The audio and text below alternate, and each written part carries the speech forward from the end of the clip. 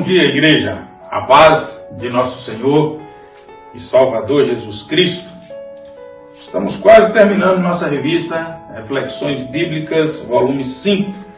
A lição de hoje, vencendo as síndromes de Natanael e Pedro.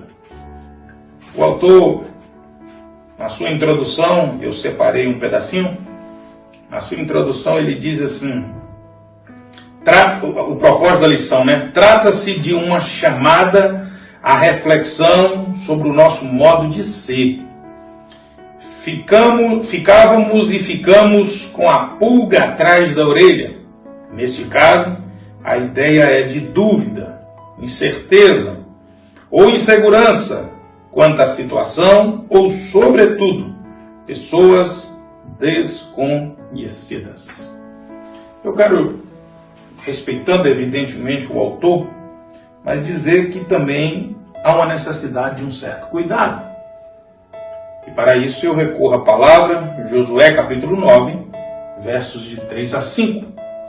E os moradores de Gibeon, ouvindo o que Josué fizera com Jericó e com Ai, usaram de astúcia e se fingiram embaixadores e levando sacos velhos sobre os seus jumentos, odres de vinho velhos e rotos e remendados, e nos seus pés sapatos velhos e remendados e roupas velhas sobre si, e todo o pão que trazia para o caminho era seco e bolorento.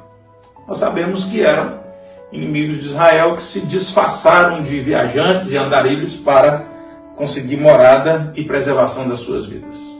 A nota que está no livro de Josué, no capítulo 9, no verso 14, é: Então os homens de Israel tomaram da provisão deles e não pediram conselho ao Senhor. Então isso aqui para mim é a chave. O autor vai tratar da questão de preconceitos, pré-julgamentos, mas em todo momento, em toda situação, o que vai decidir é uma vida de oração, espelhada na palavra e na convicção dada pelo Senhor. É só um particular que eu acrescento na lição antes de prosseguir. Primeiro tópico que o autor nos chama: precisamos superar preconceitos e discriminação. O texto que ele nos remete a meditar nesse tópico é o Evangelho de João, capítulo 1, verso de 43 a 46. No dia seguinte, quis Jesus ir a Galiléia, e achou a Filipe e disse-lhe: segue-me. E Filipe era de Betsaída, cidade de André e de Pedro. Filipe achou Natanael e disse-lhe: havemos achado aquele de quem Moisés escreveu na lei e os profetas, Jesus de Nazaré, filho de José. Disse-lhe Natanael: pode vir alguma coisa boa de Nazaré? Disse-lhe Filipe: vem e vê. É esse o episódio do tópico. A revista, o autor nos diz que Jesus foi vítima de muitos preconceitos, de muita discriminação, e que ninguém mais, como ele na história, ensinou a igreja a combater essas coisas.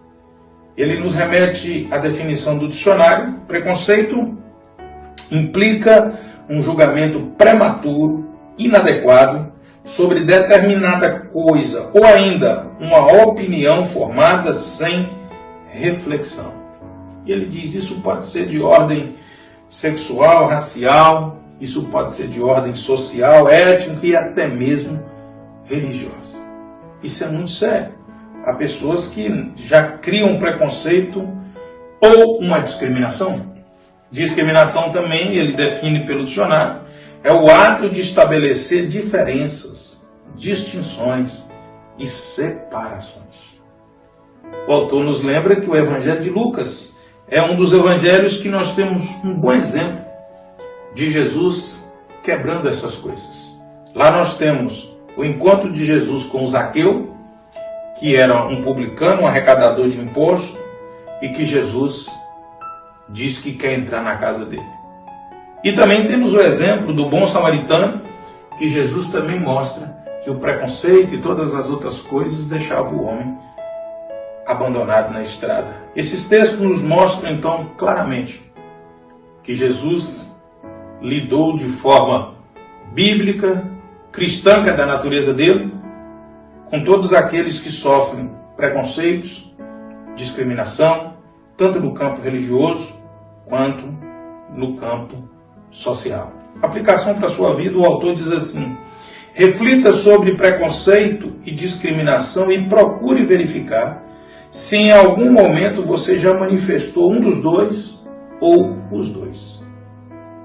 Querido, nós precisamos entender uma coisa. Você pode não concordar com o modo de vida, as escolhas, as orientações de toda sorte de posicionamento religioso, social, ético, sexual. Você pode não concordar.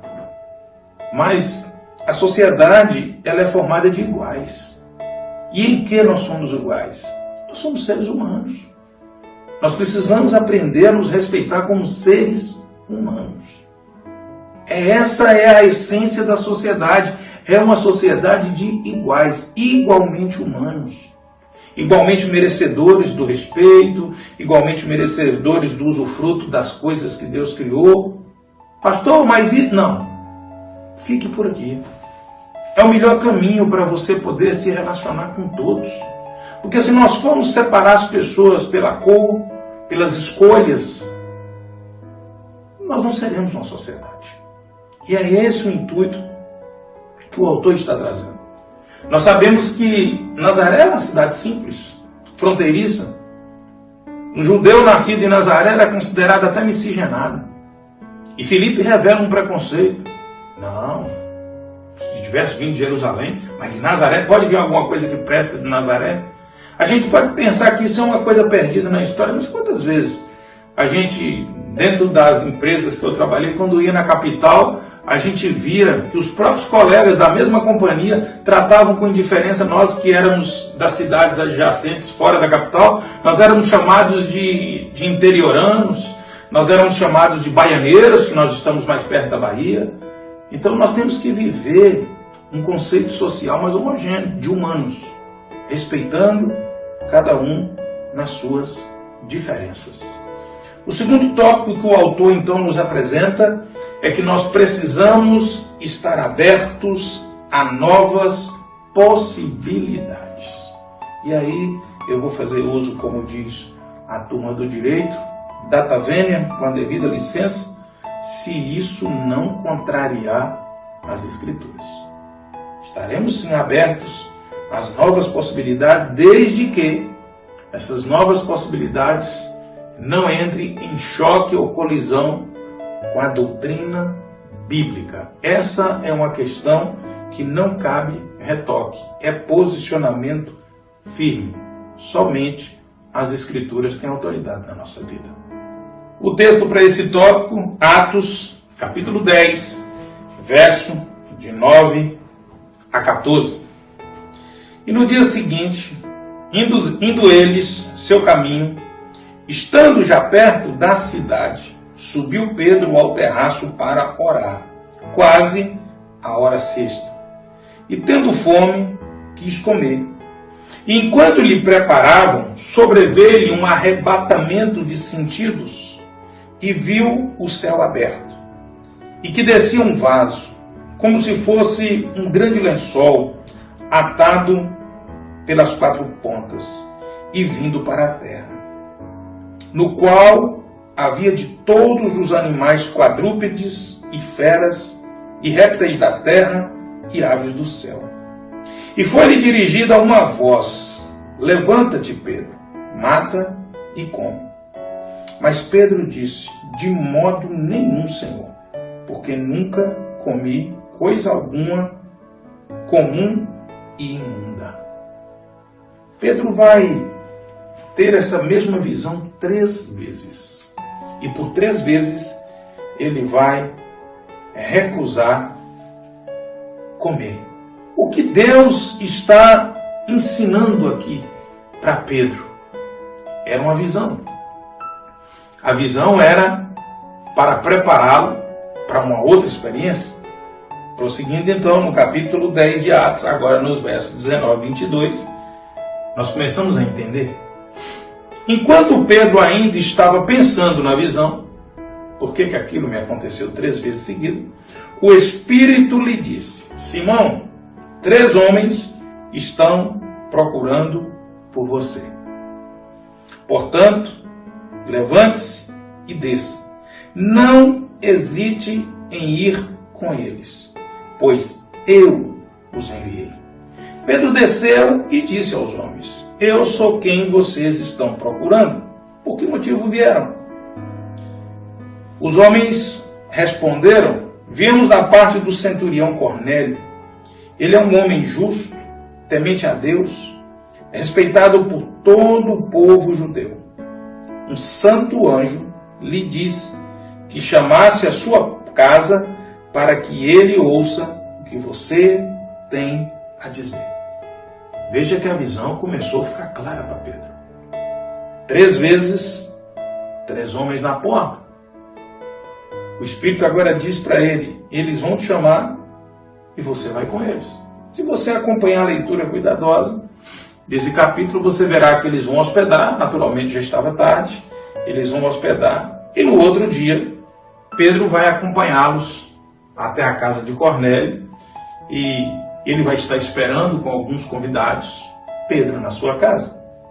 Lucas, então, que é o narrador e escritor de Atos, nos diz: Quando Pedro ia entrando na casa, Cornélio dirigiu-se a ele e prostrou-se aos seus pés, adorando. Mas Pedro fez levantar-se, dizendo: Levante-se, eu sou homem como você. Conversando com ele, Pedro entrou e encontrou ali reunidas muitas pessoas. E lhe disse: Vocês sabem muito bem que é contra a nossa lei um judeu associar-se a um gentio, ou mesmo visitá-lo. Mas Deus me mostrou que eu não deveria chamar impuro ou imundo a homem nenhum. Atos 10, e 25 a 28. Lembra da visão? 3 vezes descendo do céu o lençol, coma, e ele diz que não comia nada impuro. Na última visão que foi dito para ele: não chame de impuro aquilo que Deus purificou, abençoou, dependendo da versão. Então Pedro entendeu. O que o autor está nos dizendo? Se nós não estivermos abertos para o novo, eu vou querer que Deus me fale só de uma forma e eu não tenho o poder nem o controle de dizer como Deus vai falar comigo. Você está entendendo qual é o propósito do autor? E aí a revista diz assim: uma das mais preciosas lições de que quando algo vem do Senhor, mesmo que contraria aquilo que tradicionalmente se convencionou fazer, visto que muitas tradições não encontram respaldo bíblico. Então veja bem, tem hora que mas eu sempre foi assim. Mas há momento que Deus faz diferente. Há momento que Deus diz, e isso não vai virar regra também. Não vai virar doutrina. Deus, na sua soberania, pode usar de uma maneira diferente, inusitada, para falar com... Não confunda isso com doutrina. Não confunda isso. Deus tem uma maneira especial de trabalhar conosco. E se a gente não estiver aberto para o novo, nós nunca vamos entender isso. Nota do autor: nosso tradicionalismo muitas vezes nos impede de viver situações que poderiam, à semelhança da situação vivida por Pedro, trazer experiências pessoais significativas e produzir grande dinâmica na vida da igreja, mas às vezes, e muitas vezes, o medo do novo nos apavora. E é isso que o autor está falando. Eu me lembro, já contei a experiência de minha mãe com a foto da minha irmã. Ninguém falou com ela, foi uma experiência que Deus fez com ela. E ela levou a foto da minha irmã, e o pastor orando na foto da minha irmã, depois minha irmã foi parar na igreja e aceitou Jesus. Pastor, isso é uma regra? Isso é uma doutrina? Não.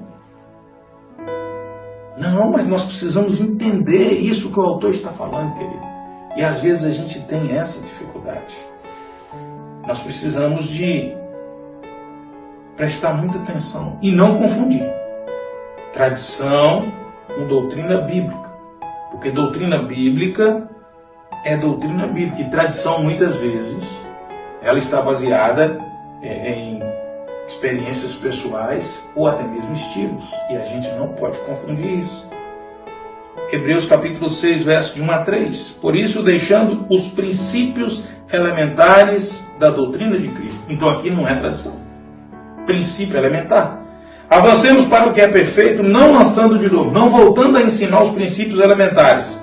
A base do arrependimento de obras mortas é uma base do cristianismo. A fé em Deus é outra base. O ensino dos batismos, discipulado, é outra base.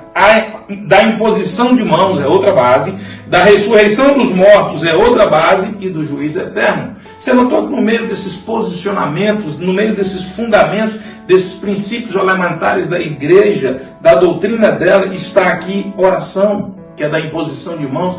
E muitas igrejas simplesmente não fazem, por tradicionalismo. Você começa a entender mais ou menos o que o autor está dizendo então. Não estou dizendo que toda igreja tem que fazer. Eu estou colocando para você a diferença de tradição para doutrina. Aplicação para a sua vida. Temos dificuldade em aceitar o diferente.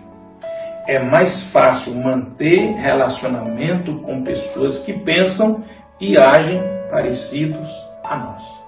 Nós muitas vezes fingimos para não contrariar, para não causar um desconforto. E aí nós deixamos de crescer, nós deixamos de fazer aquilo que Deus está nos orientando. Eu muitas vezes, com plena convicção que era a direção do Espírito Santo de Deus, tomei decisões que não é o comum de muitas pessoas e nem por isso desrespeitei a palavra do Senhor. Mas também houve momentos que as pessoas queriam que algo diferente acontecesse e eu disse, não tem mais nada para acontecer. Oramos e vamos aguardar o que Deus vai revelar na sua palavra. Então, são essas firmezas e são esses posicionamentos que nós não podemos ficar oscilando para que a gente não exerça preconceito, para que a gente não exerça discriminação e impeça que Deus faça a obra dele em nós e através de nós. Terceiro e último tópico do autor. Precisamos reconhecer que há algo de bom nos outros. Querido, é a primeira coisa que eu e você precisamos praticar sempre, porque se nós já deixarmos ser movidos por esse discurso de meu sangue não bateu, eu não fui com a cara, é pelo jeito, eu já senti logo, você vai perder. Me lembro que lá na academia, na faculdade, eu ouvi um negócio de um professor que aquilo me marcou.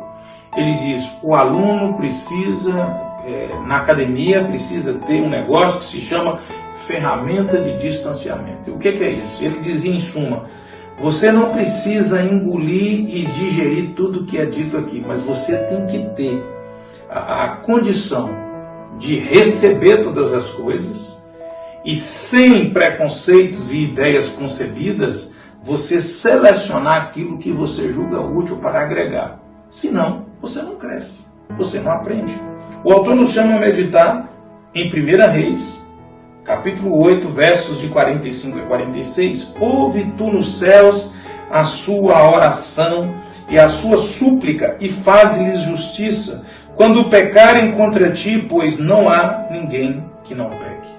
É a oração de consagração do templo, e na oração de consagração do templo, Salomão usa de sabedoria, mas ao mesmo tempo de teologia sincera.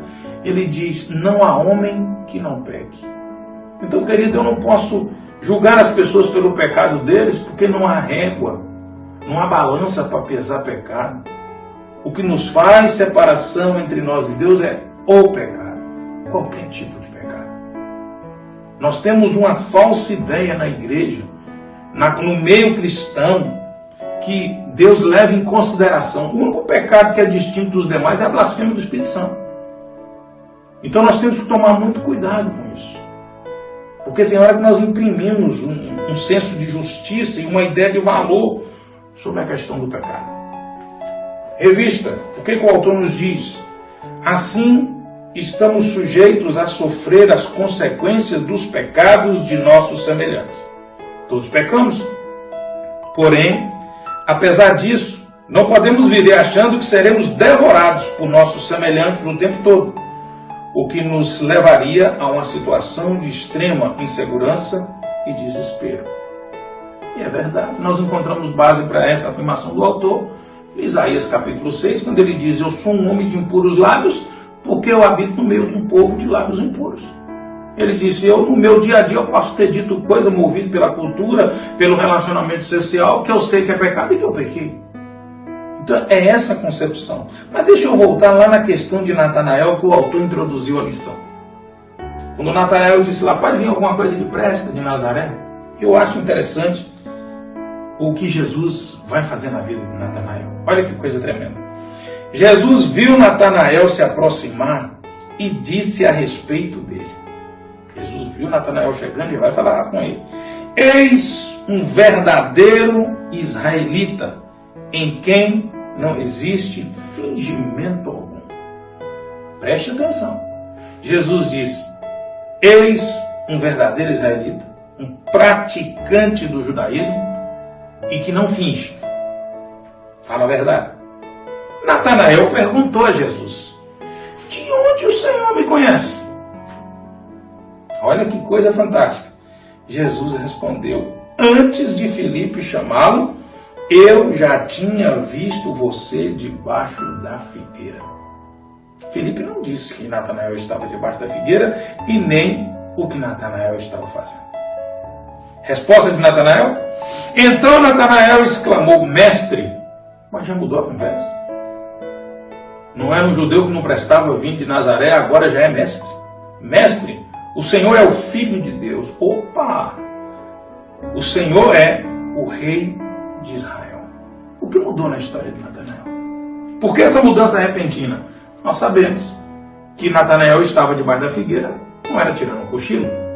Quando Jesus disse que ele era um verdadeiro israelita, e pelo período que eles encontram, ele estava se dedicando à leitura da Torá, à meditação na oração. Ele estava praticando alguma coisa do judaísmo. E aí eu te pergunto, naquela concepção que eu já te ensinei dos níveis de leitura do judaísmo, o último nível de aprofundamento da leitura é a intimidade, o sod.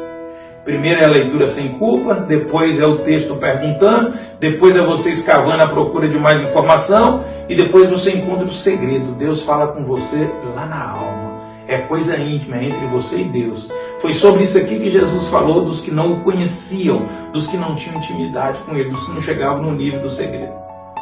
Quando Jesus diz isso para Natanael sem estar lá, ele falou: peraí, eu estava lá e o único que poderia estar comigo lá era Yahvé, era Deus. Ele era um judeu verdadeiro, que não se enganava com qualquer coisa. E se Jesus disse que o viu lá, ele disse: opa, é ele mesmo, é o mestre, é o Senhor, é o Filho de Deus, é o Senhor, é o Rei de Israel. O que nós aprendemos com isso? Olha o que Jesus diz aqui na resposta a Natanael. Versos 50 e 51 do capítulo 1 de João. Ao que Jesus lhe respondeu: você crê? Agora ele está crendo. Porque eu disse que tinha visto você debaixo da figueira. Pois você verá coisas maiores do que essa. Olha para você ver como, quando Natanael perdeu o preconceito, quando Natanael se entregou, quando Natanael creu, ele vai receber uma recompensa maior. E que recompensa é essa? E acrescentou: em verdade e em verdade. Agora já mudou. Nós sabemos que quando uma coisa era repetida, Senhor, Senhor, em verdade, é algo íntimo dito pelo relacionamento. Já que ele disse que Jesus é o Filho de Deus, que Jesus estava lá com ele, na comunhão dele com o Senhor, Jesus agora está falando com ele com intimidade. Em verdade lhe digo, que vocês verão o céu aberto e os anjos de Deus subindo e descendo sobre o Filho do Homem. Querido, esses 12 apóstolos viram coisas tremendas. Viram mortos levantando, Jesus andando sobre as águas, Jesus dando ordem aos ventos, Jesus sossegando o mar, Jesus fazendo peixe e trazer moedas. Jesus fez tanta coisa, meu Deus. E o que Jesus prometeu para Natanael e eles naquele dia, Se cumpriu em Atos capítulo 1 também, versos de 10 a 11. E estando eles com os olhos fixos no céu, enquanto Jesus subia, eis que 2 homens, leia-se anjos, vestidos de branco, se puseram ao lado deles. E lhes disseram: homens da Galileia, por que vocês estão olhando para as alturas? Esse Jesus que foi levado do meio de vocês para o céu, subiu, virá do modo que vocês o viram subir. Eles viram os anjos descendo, recebendo Jesus e subindo, e Jesus falou: e vocês verão a mesma coisa. O que Jesus ensina e o que essa palavra de João nos ensina? Querido, quando nós rompemos com o preconceito, quando nós deixamos o Senhor Jesus falar conosco na intimidade, quando nós abrimos a nossa alma com um relacionamento franco e verdadeiro com Jesus, coisas muito maiores vão nos acontecer. Foi assim com Natanael. Quando Jesus disse daquela forma, ele imediatamente se retrata, ele imediatamente passa a crer e ele então experimenta coisas maravilhosas. O que eu queria dizer para você nessa manhã: esteja aberto para a voz do Espírito Santo. Esteja aberto para o toque do Senhor através da palavra. Não julgue pessoas. Não julgue mensageiros. Esteja aberto para ouvir o que Deus quer falar com você. Porque Ele vai falar com você da maneira que Ele quiser. Isso é a soberania de Deus. Abra seu coração para ouvir a voz do Senhor. Amém? Que Deus te abençoe, que o Senhor te cubra com o sangue dele, que você tenha um domingo espetacular e que Deus fale com você todo o tempo. Nunca me esqueço dos pilares daquele livro, Conhecendo Deus e Fazendo Sua Vontade. Deus pode falar conosco na palavra, Deus pode falar conosco na oração, Deus pode falar conosco através da igreja e Deus pode falar conosco também por alguma circunstância. Ou seja, esteja aberto para ouvir a voz do Senhor. Que Deus o abençoe, um domingo cheio de paz na cobertura do sangue de Jesus.